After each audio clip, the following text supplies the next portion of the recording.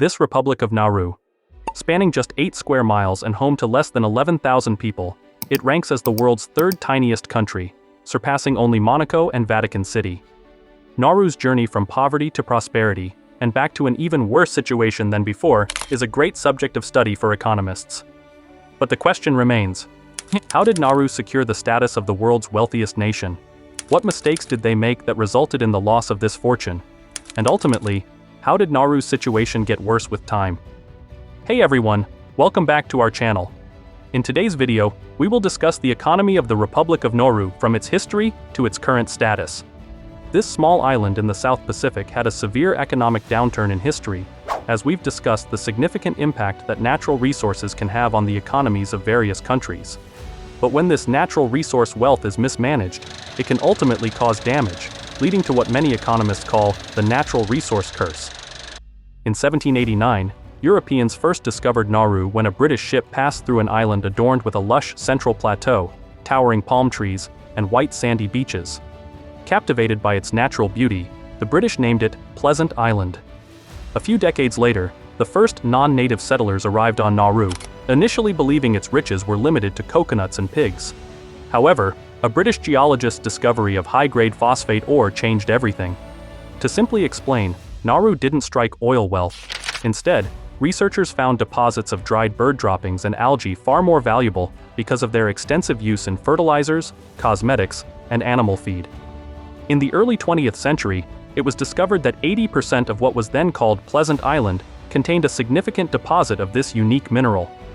Germany, which colonized Nauru at that time, quickly secured the mining rights. Over the years, the island exported around 80 million metric tons of this ore. The establishment of shipping docks, processing centers, and auxiliary industries began to dot the landscape. During World War I, when Germany was fighting, Australia seized the opportunity and took control of Nauru for itself. After that, the island transformed into a remote mining hub. Phosphate, the island's primary export, was often sold to agriculturalists in Australia, New Zealand, and Great Britain at reduced prices. Unfortunately, years of mining had already severely damaged Nauru's natural environment. We will talk about this a little later in the video. Fast forward a few years. During World War II, Nauru fell under Japanese occupation, which brought about horrific acts, including the establishment of forced labor camps and the case of mass drownings. By the war's end, only 600 Nauruans survived. After Japan's surrender, the island was returned to Australian control, and the island's phosphate resources exploitation resumed. While phosphorus mining brought significant wealth to the island, most of these profits were claimed by the colonial powers that governed Nauru. Between 1945 and 1968, phosphate mining in Nauru soared to new heights. After gaining independence, the Nauruans were no longer obligated to mine phosphate, but their economy depended heavily on this single industry. Lacking the necessary infrastructure and strategies to diversify their economy, the island's leaders increased phosphate production to maximize profits. Despite the clear signs that the phosphate would run out within a generation or two, the Nauruans insisted on claiming their rightful portion of the wealth, marking a period in their history when Nauru was dubbed the wealthiest tiny island in the Pacific. However, this prosperity led to an unexpected health crisis. The average diet includes instant noodles, white rice, canned foods, and soda. Let's take a closer look at Nauru's health scenario, both past and present. The core of the problem was the scarcity of nutritious food options. Extensive phosphate mining over the years has destroyed the environment to such an extent that farming became impossible, as stated earlier in the video.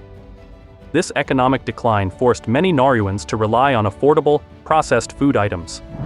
By 1980, the country faced an obesity epidemic. Economies are generally constrained by 3 key resources: land, labor, and capital. For Nauru, these limitations were particularly evident. The island's small population, primarily experienced in phosphate mining, faced significant challenges diversifying their economic base. But did Nauru's leaders try to pave their way into different industries? Well, they did. The leaders of the country were aware of the need for economic diversification and made attempts to explore different sectors. One of them was offshore banking, which led to the licensing of about 400 foreign banks in the early 1990s.